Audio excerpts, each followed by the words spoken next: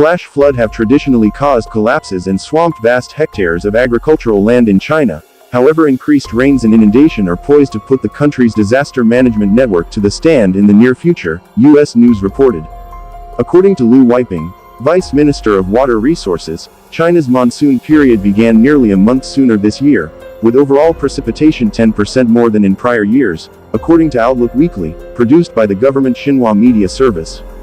Downpours have overloaded waterways, with 425 waterways exceeding early disaster alert thresholds through late March, an increase of 80% across the same time prior to 1998, according to Liu. Certain flaws and sticking points may be identified in current flooding and calamity response network, noting that China would increase meteorological surveillance and flooding memory space.